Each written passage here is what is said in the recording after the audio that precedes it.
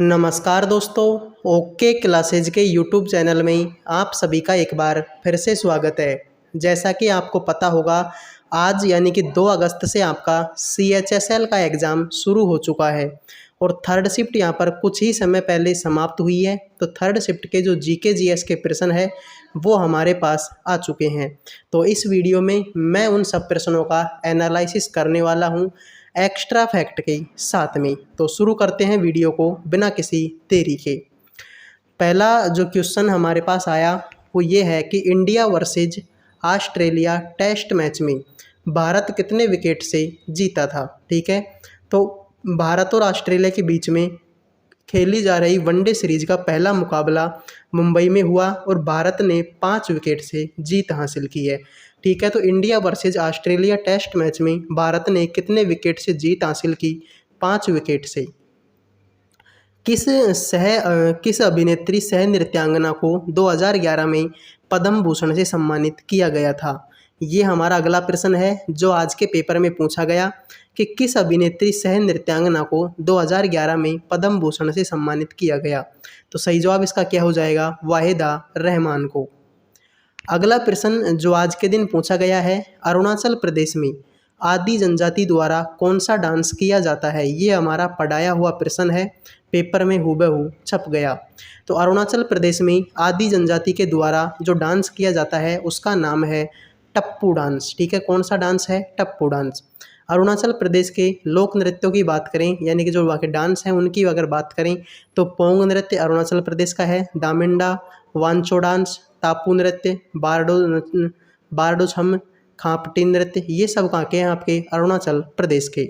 अरुणाचल प्रदेश की जनजातियों की अगर मैं बात करूँ तो आदि जनजाति, अपंती जनजाति, बुगुनु जनजाति या हुस्सा जनजाति और ठीक है इसके साथ में एक मोनपा जनजाति, ये आपके कहाँ की रहने वाली है? अरुणाचल प्रदेश की। तो अरुणाचल प्रदेश में आदि जनजाति के द्वारा कौन सा डांस किया जाता है? आपका टप्पू डांस। ठीक है, आपके ऑप्शन में टप्पू था, अगर आपने टिक किया तो आपके 2 नंबर यहाँ से पक्के हो गई।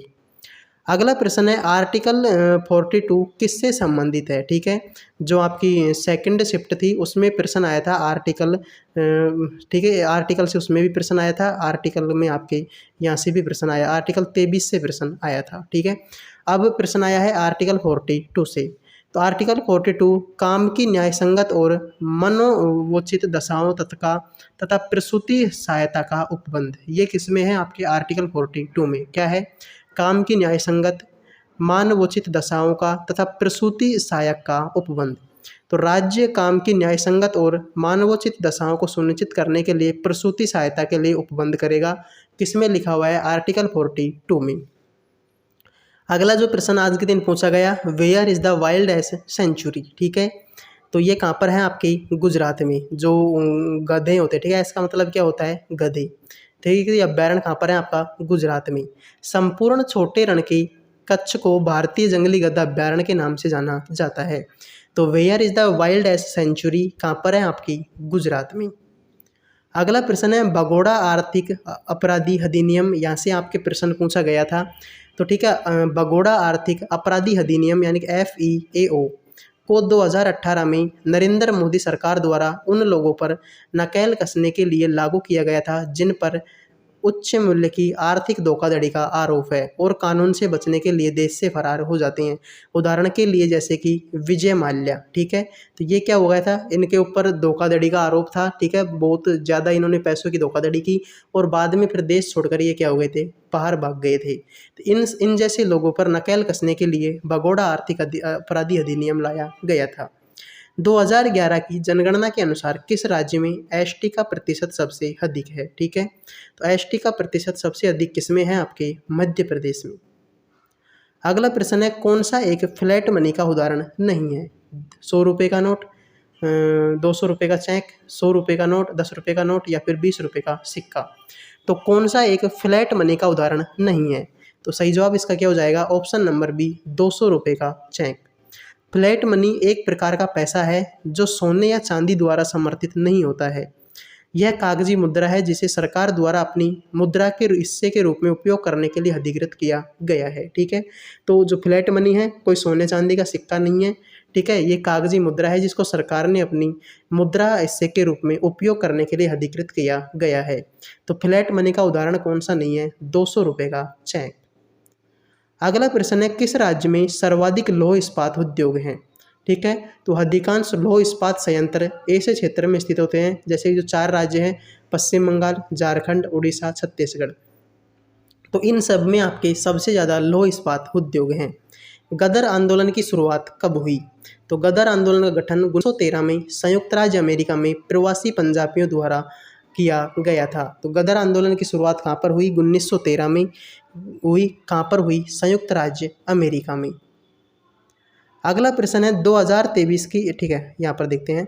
जनवरी 2023 में DCGA के महानिदेशक कौन है? तो जनवरी 2023 में DCGA के महानिदेशक कौन बने हैं? विक्रमदेव दत्त।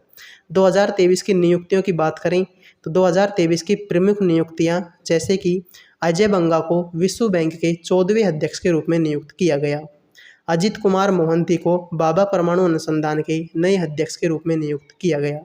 शांतनु राय को BEML लिमिटेड के नए CMD बनाया गया। अरुण सिन्हा को राष्ट्रीय तकनीकी अनुसंधान संगठन यानी कि NTRO के नए अध्यक्ष के रूप में चुना गया। VVR सुब्रमण्यम नीति आयोग के नए CEO बने हैं। चेतन शर्मा BCCI को वरिष्ठ चयन समिति के अध्यक्ष के रूप में चुना गया। तो ये कुछ 2023 की प्रमुख नियुक्तियां हैं। अगली जो शिफ्ट हैं उनमें यहाँ से प्रश्न पूछा जा सकता है। अगले प्रश्न की बात करूं, स्टार्च का पता लगाने के लिए कौन सा परीक्षण करते हैं? तो भोजन में स्टार्च की उपस्थिति का परीक्षण करने के लिए आयोडीन परीक्षण किया जाता है। मनसबदारी प्रथा की शुरुआत किसने की? तो किसने की थी? आपके अकबर ने।